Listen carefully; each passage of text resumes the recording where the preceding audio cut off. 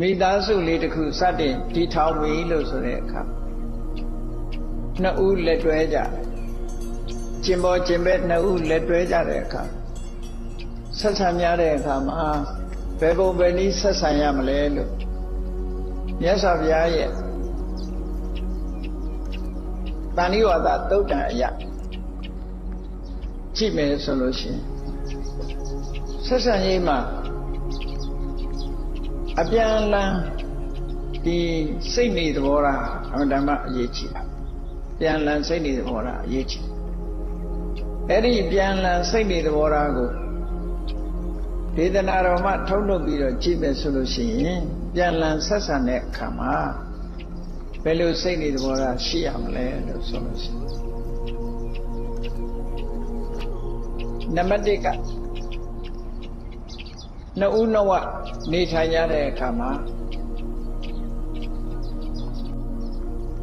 အပြောခံရနော်ပြောတာကိုလက်ခံရမယ်လို့ဆိုလို့နော်ဒီသားစုတဦးနဲ့တဦးနေတဲ့အခါမှာနှလုံးသွင်းရမှာငါ့ကိုပြောစရာရှိရင်ပြောပါစေပွင့်ပွင့်လင်းလင်းငါ့ကိုပြောစရာရှိလို့ရှိရင်ပွင့်ပွင့်လင်းလင်းပြောပါစေ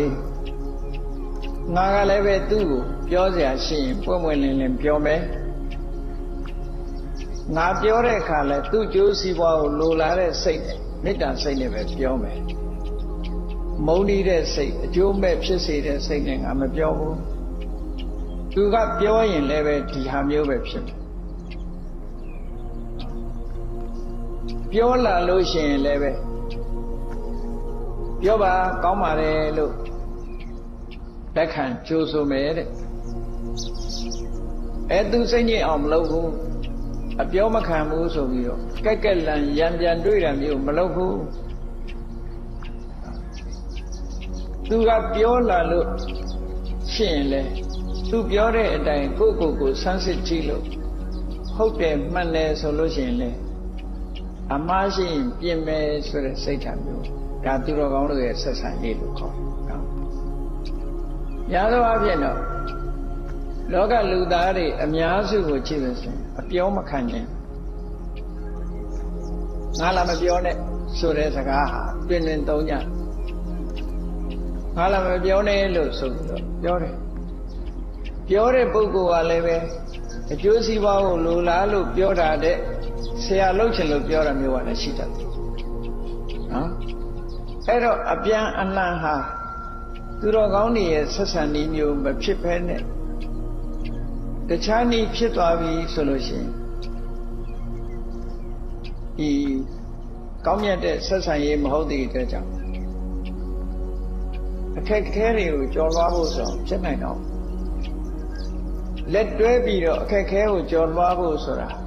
မဖြစ်နိုင်တဲ့အနေအထားမျိုးဖြစ်သွားတယ်လောကလူသားတွေရဲ့ဆက်ဆံရေးဟာအများအားဖြင့်အဲ့ဒါလိုဖြစ်တယ်ဟောကိုယ်မာနသူမာနဆိုတာလို့မာနတရားရှေ့တန်းတင်ပြီးတော့အပြောမခံဘူးငါသိတယ်ငါတတ်တယ်ငါလာဆရာမလုံးနဲ့ဆိုတဲ့တုံ့ပြန်မှုတွေနဲ့ဆိုတော့တစ်ဖက်သားကလည်းပြောဖို့ခက်တယ်ကိုကတော့ပြောတယ်သူများကိုဆရာလုံးရမှကိုကကျင့်တတ်တယ်ကိုဆရာလုံးရင်မခံနိုင်ဘူးနော်လောကလူတွေအများစုကိုပြောပြတာနော်ဟုတ်မဟုတ်တော့ကိုယ့်ကိုစဉ်းစားကြည့်ပေါ့မြတ်စွာဘုရားက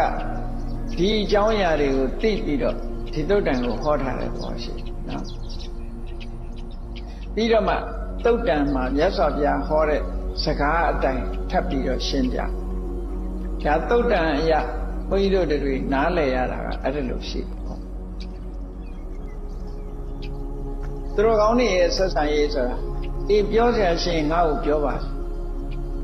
ငါကလည်းပြောစရာရှိရင်မင်းကိုပြောမယ်ငါပြောတဲ့အခါမင်းအကျိုးစီးပွားလိုလားတဲ့စိတ်နဲ့ပဲပြောမယ်မင်းကငါပြောရင်လည်းပဲကောင်းကျိုးချမ်းသာလိုလားတဲ့စိတ်နဲ့ပဲပြောမယ်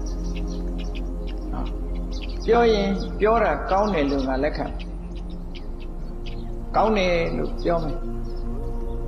ပြောရမယ်ပြောတဲ့တယ်လို့ပဲလက်ခံပြန်ပြီးတော့တုံ့ပြန်ပြီးတော့ရံမတွေ့ဘူးကောင်းတယ်လို့ဆိုတာကြိုးစိုးတယ်ပြန်ပြီးတော့ရံမတွေ့ဘူးသူပြောတဲ့အတိုင်းသူထောက်ပြတဲ့အတိုင်း ကိုယ့်ရဲ့ချွင်းချက်ကိုမြင်တယ်ဆိုလို့ရှိရင်လေကုစားမယ်လက်ခံမယ်ပြုပြင်မယ်ဆိုတဲ့စိတ်ဓာတ်ထားမယ်ဒါဟာသူတော်ကောင်းတွေဆက်ဆံရေးဒီလိုဆိုတာအဲ့တော့ချင်းပေါ်ချင်းဘက်ဇနီးမောင်နှံတို့လက်တွဲပြီဆိုတဲ့အခါခက်ခဲကိုဖြေရှင်းရင်လို့ရှိရင်တော့ခုလိုသူတော်ကောင်းတွေရဲ့ဆက်ဆံနည်းမျိုးဆက်ဆံရတယ်ဆိုလို့လေနော်အဲ့တော့သူတော်ကောင်းမဟုတ်တဲ့ပုဂ္ဂိုလ်ရဲ့ဆက်ဆံနည်းဆိုတာဒီကအပြန်မှတ်သားကြခုနပြောတဲ့အတိုင်းလာမပြောနဲ့ဆရာမလုံးနဲ့ဆိုရင်ဒါသူတော်ကောင်းဆက်ဆံနည်းမဟုတ်တော့ပြောဆရာမလိုဘူးဆိုပြီးတော့ငါသိတယ်ငါတတ်တယ်လို့ပြန်ပြောရင်သူတော်ကောင်းရဲ့ဆက်ဆံနည်းမဟုတ်တော့အဲ့ဒီလိုသူတော်ကောင်းမဟုတ်တဲ့ပုဂ္ဂိုလ်ရဲ့ဆက်ဆံနည်းနဲ့မဆက်ဆံရဘူးတဲ့သူတော်ကောင်းပုဂ္ဂိုလ်ရဲ့ဆက်ဆံနည်းမျိုးပဲဆက်ဆံမှာလို့